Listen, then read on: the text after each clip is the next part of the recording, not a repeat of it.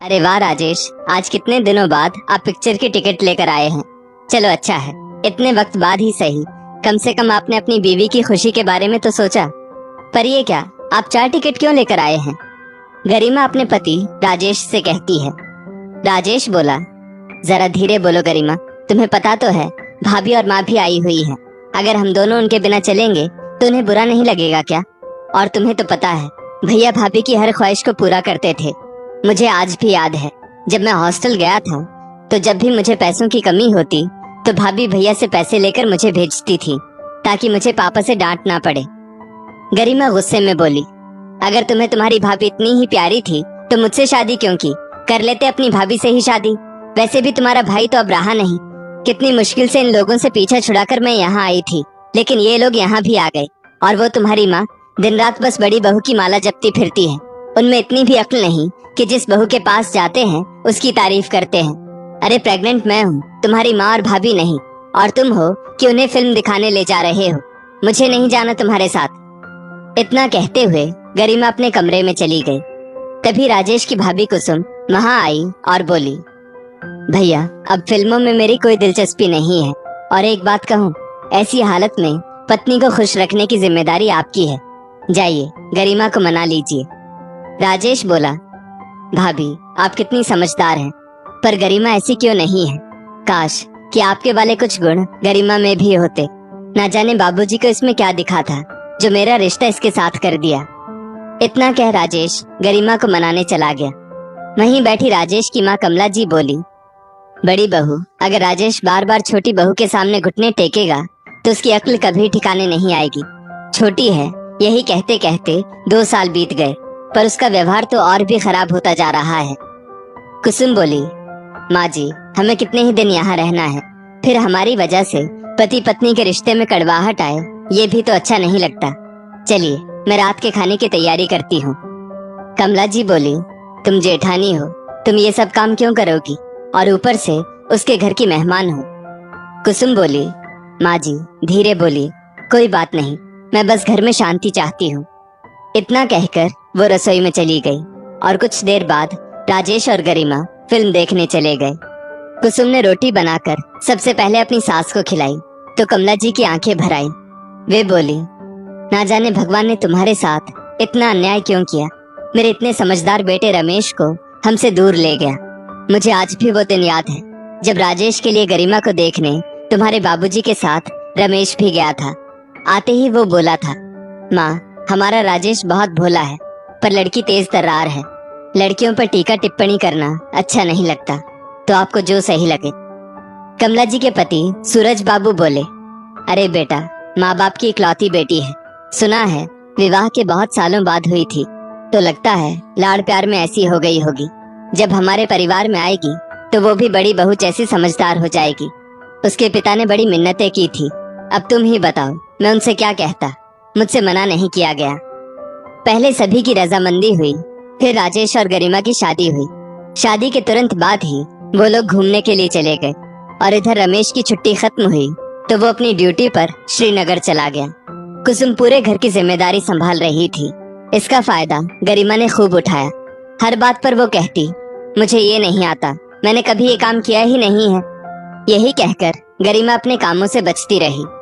राजेश दिल्ली में नौकरी करता था, जिसके कारण गरिमा को ससुराल में रहना पड़ा। एक रोज कुसुम और उसकी सास बाजार गए थे। सूरज बाबू को कुछ पैसों की जरूरत थी, पर अलमारी गरिमा के रूम में थी। उन्होंने बहुत आवाज लगाई। गरिमा अपने कान में ईयरफोन लगाकर गाने सुन रही थी। सूरज बाबू ने फिर से दरवाजे पर दस्तक दी तो अंदर से गरिमा चिल्लाई, कौन है, अंदर आ जाओ। सूरज बाबू सिर झुकाए ही अलमारी की तरफ गए। गरिमा गुस्से में खड़ी हो गई और बोली, अरे रे बाबूजी, आपको इतनी भी तमीज नहीं कि बहू के कमरे में ऐसे नहीं घुसते हैं। सूरज बाबू बोले, बहू मैं कब से तुम्हें आवाज लगा रहा हूँ और मैं तो बस अलमारी से कुछ पैसे निकालने आया हूँ। कल ही मजदूर को बुलाकर ये अलमारी हॉल में रखवा लूंगा, तुम परेशान मत हो। इतना कहकर सूरज बाबू वहाँ से चले गए। शाम में गरिमा ने कुसुम से ससुर जी की शिकायत की तो कुसुम उसे समझाते हुए बोली, गरिमा पहले वो कमरा माँ और बाबूजी का था, पर तुम्हारे आने के बाद बाबूजी ने अपना कमरा तुम्हें दे दिया। वो खुद हॉल में सोते हैं और जब तुम्हारे जेठ जी यहाँ नहीं रहते तो माँ जी मेरे साथ सोती हैं, अन्यथा वो भी हॉल में ही खाट लगाकर सोती हैं, तो तुम्हें भी थोड़ा ख्याल रखना होगा। फिर वो खाने की तैयारी करने लगी। समय बीत रहा था। गरिमा किसी भी घर के काम में हाथ नहीं बटाती थी। हद तो उस दिन हो गई जब गरिमा बाथरूम से निकली और उसे जैसे ही सामने सूरज बाबू दिखे, बाल्टी उन्हें पकड़ाते हुए बोली, बाबूजी, इन कपड़ों को जरा धूप में डाल दीजिए। सूरज बाबू बोले, ये क्या कह रही है बहू? गरिमा बोली, बाबूजी, पूरे दिन तो आप घर में बैठे बस इधर उधर घूमते रहते हैं, कोई काम धाम तो आपको है नहीं। पूरे घर की जिम्मेदारी जेठ जी और इन्होंने उठा रखी है। आपको तो पेंशन भी नहीं मिलती, पैसों से मदद नहीं करते तो कुछ काम ही कर लिया करो। अब जाइए, मेरा मुंह क्या देख रहे हैं। इतना कहकर वो अपने कमरे में चली गई। अचानक कुसुम की नजर उन पर पड़ी तो कुसुम बोली, बाबूजी, ये बाल्टी लेकर कहाँ जा रहे हैं? सूरज बाबू की आंखें जमीन में गड़ी देख कुसुम सब समझ गई।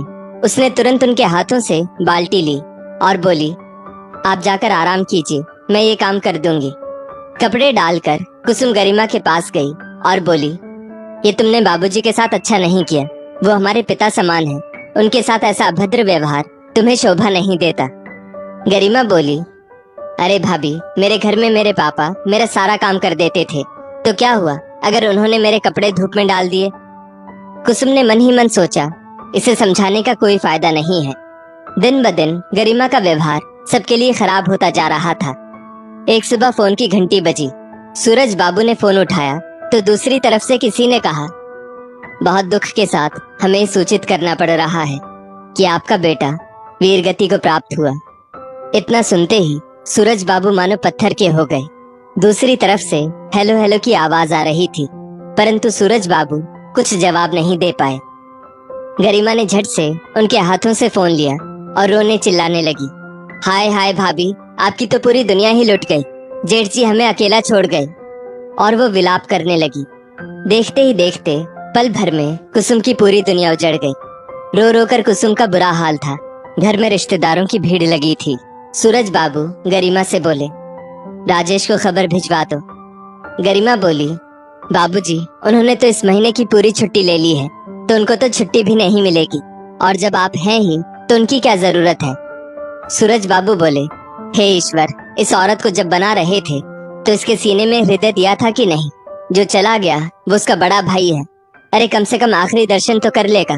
तुमसे फोन नहीं हो पा रहा तो मैं कर देता हूँ। गरिमा बोली, अच्छा ठीक है, इसमें इतना चिल्लाने की क्या बात है, मैं बता दूंगी। फिर गरिमा ने राजेश को फोन किया और बोली, मैं तो कहती हूँ यहाँ मत आओ, फालतू में आपके रुपये खर्च हो जाएंगे। राजेश बोला, तुम बिल्कुल नहीं बदल सकती हो, मेरा भाई चला गया और तुम्हें पैसों की पड़ी है, फोन रखो। इतना कहकर गुस्से में राजेश ने फोन रखा और तुरंत अगली बस से वो घर के लिए निकल पड़ा। राजेश को देखते ही कुसुम फूट फूट कर रोने लगी। राजेश ने भाभी को गले से लगाया और उन्हें साहस दिया। ये देखकर गरिमा को बिल्कुल अच्छा नहीं लगा। 15 दिन बाद गरिमा कमला जी से बोली, मम्मी जी, आखिर ये शो कितने दिन चलेगा?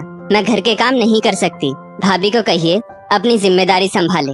अरे जाने वाला तो चला गया, क्या उसके पीछे हम सब भूखे मरेंगे? कमला जी बोली, बहू कुछ तो रहम करो उस बेचारी पर, उसकी पूरी दुनिया उजड़ गई है। उसके हिस्से का काम मैं कर दूंगी, पर तुम उसे कुछ मत कहना। गरिमा बोली, मुझे काम से मतलब है, अब वो कोई भी करे क्या फर्क पड़ता है, क्योंकि अब पूरे घर की जिम्मेदारी मेरे पति के कंधों पर है, तो अब जो मैं कहूँगी वही इस घर में होगा। कुछ रोज बाद राजेश भी काम पर चला गया। कुसुम अपने कमरे में बेसुध पड़ी रहती। उसके दोनों बच्चों को उसके माता पिता अपने घर ले गए। कुसुम मायके जाने को तैयार नहीं थी। इधर कमला, अगर अच्छी लगे तो प्लीज लाइक कर दें। कमला जी नौकर की तरह पूरे घर का काम करती। ये सब देखकर सूरज बाबू अंदर ही अंदर टूट रहे थे। गरिमा के दुर्व्यवहार के कारण सूरज बाबू ने खाना पीना लगभग त्याग दिया था। कुसुम अपने ही गम में डूबी थी।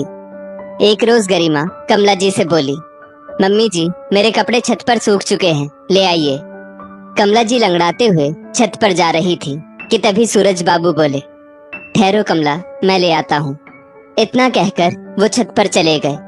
जैसे ही वो कपड़ों को लेकर नीचे आ रहे थे, अचानक से उन्हें चक्कर आ गया और वो ऊपर की सीढ़ियों से लुढ़कते हुए नीचे आ गिरे और उसी समय उनकी मृत्यु हो गई। कमला जी बहुत जोर से चिल्लाई। रमेश के बाबूजी, क्या हो गया आपको?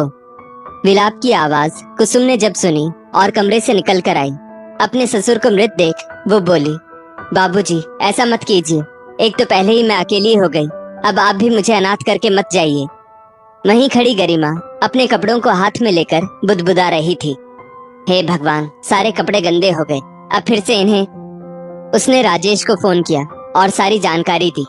देखते ही देखते पूरा परिवार बिखर गया। कुछ रोज बाद गरिमा राजेश से बोली, अब मैं इस घर में नहीं रह सकती, पता चला कहीं अगला नंबर मेरा ना निकल जाए। राजेश ने उसे समझाने की बहुत कोशिश की, पर वो नहीं मानी। कुसुम ने राजेश से कहा, आपका गरिमा को अपने साथ ले जाना ही ठीक रहेगा। अगली सुबह जब राजेश बाहर बैठा था तो उसके पड़ोसी बोले, और कब तक छुट्टी है? राजेश बोला, चाचा जी इस बार परिवार को साथ ले जाना है। पड़ोसी बोले, हाँ बेटा, तुम्हारे परिवार के लिए वही अच्छा रहेगा। अब तुम्हारे घर में क्लेश ही क्लेश होता है। बेचारे तुम्हारे पिताजी कितनी शान से रहते थे, पर इस उम्र में अब हमेशा सिर झुकाए रहते थे। राजेश को एहसास हुआ कि शायद इसीलिए भाभी ने कहा कि गरिमा को साथ ही ले जाओ। अचानक दरवाजे पर घंटी बजी और कमला जी और कुसुम अपनी यादों से बाहर आए। कमला जी बोली, आ गया बेटा, फिल्म कैसी थी? तुम कहो तो खाना लगा दे।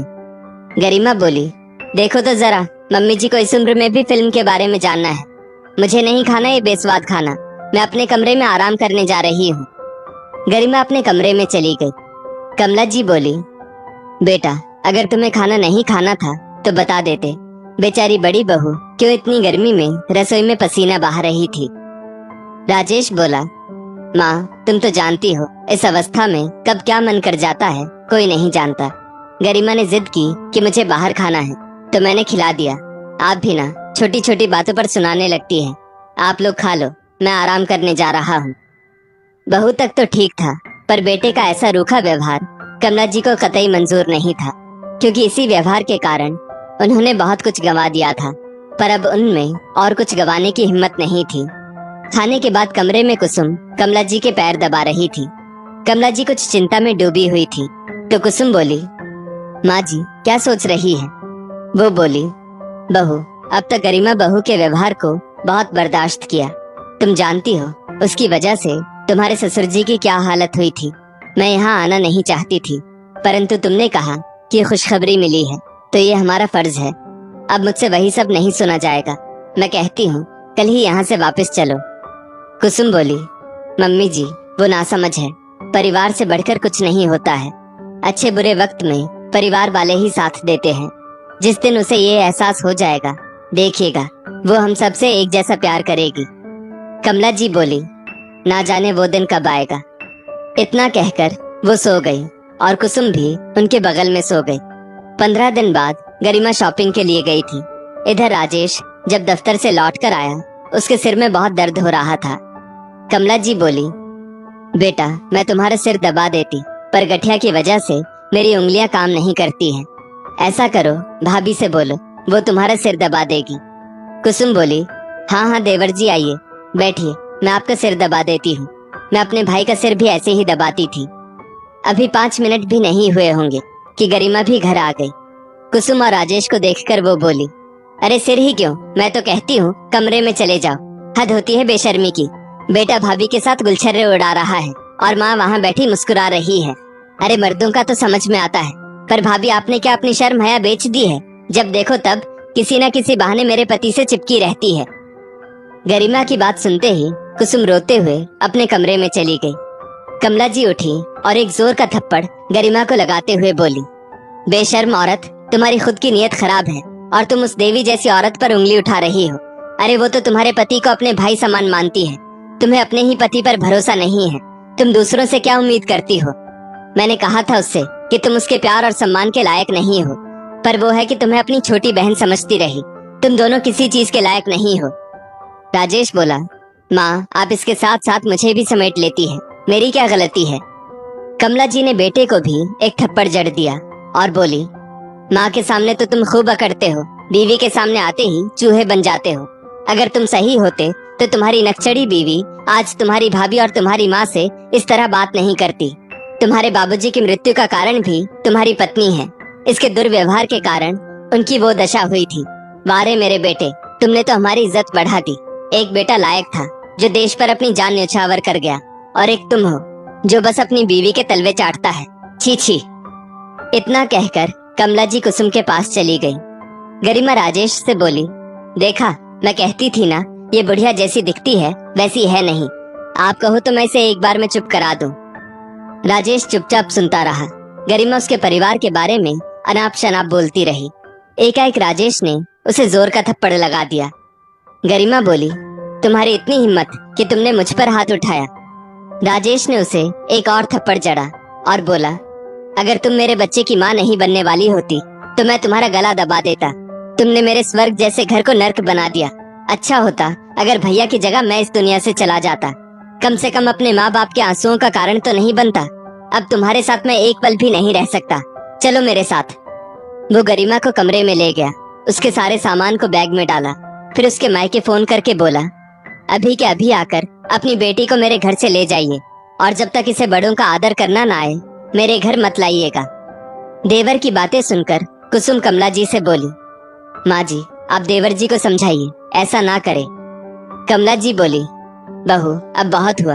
मैं इस मामले में बिल्कुल भी नहीं पड़ना चाहती, और मैं तुमसे कह रही हूँ, आज रात की टिकट कराओ, हम वापस अपने घर जा रहे हैं। राजेश वहां आकर बोला, हाँ माँ, मैं भी अब आपको नहीं रोकूंगा। उसने तुरंत टिकट करवाई और उन्हें भेज दिया। इधर गरिमा के माता पिता उसे मायके ले गए। उसकी माँ ने उसे खूब डांटा।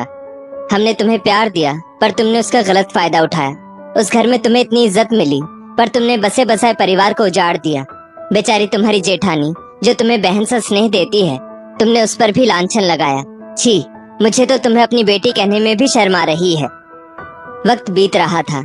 राजेश गरिमा को फोन तक नहीं करता था, बस हर महीने उसका खर्चा वो भेज देता था। धीरे धीरे गरिमा को एहसास होने लगा कि उसने क्या खोया और क्या पाया। उसने सबसे फोन करके माफी मांगी। कमला जी बोली, बहू, माफ तो मैं तुम्हें कर दूंगी, पर तुम्हें मैं अपने साथ नहीं रख पाऊंगी, क्योंकि बेटा तो खो चुकी हूँ, अपनी इस बहू को नहीं खो सकती। उसकी इज्जत अब मेरी इज्जत है। तुम्हारा पति तुम्हें माफ कर दे तो तुम उसके साथ चली जाना। वक्त बीता। गरिमा ने एक बच्चे को जन्म दिया। सबने राजेश को बहुत समझाया, फिर राजेश ने पत्नी को समझाया तो गरिमा बहुत रोई। सबने उसे माफ तो कर दिया, पर कहीं ना कहीं मन में एक गांठ रह गई। राजेश जब भी घर जाता अकेला जाता, या फिर गरिमा को 2 से 3 दिन तक अपने साथ रखता, फिर वापस लेकर चला जाता। कमला जी जब तक जीवित रही कुसुम की ढाल बनकर रही और उसे समझाती रही कि अपना सम्मान सबसे ऊपर रखो और फिर रिश्तों को निभाना। जाते जाते कमला जी ने अपनी पूरी संपत्ति राजेश और कुसुम में बराबर बांट दी, ताकि जीवन में आगे चलकर कुसुम को कभी किसी बात की दिक्कत ना हो। दोस्तों, इस स्टोरी को लेकर आपकी क्या राय है, नीचे कमेंट करके जरूर बताइएगा, और ऐसी ही और भी बेहतरीन वीडियोस के लिए हमारा पेज जरूर फॉलो करें। तो मच गाइस, इस वीडियो को पूरा देखने के लिए अगर वीडियो अच्छी लगी हो तो please like, comment and share ज़रूर करिएगा, और अपने दोस्तों को भी शेयर करिएगा। और अगर ऐसे ही वीडियो आपको चाहिए तो प्लीज़ मेरे चैनल को सब्सक्राइब कर ले और बेल आइकन को दबा दें, ताकि मेरा वीडियो जैसे ही अपलोड हो आपके तक नोटिफिकेशन पहुंच जाए। So thank you.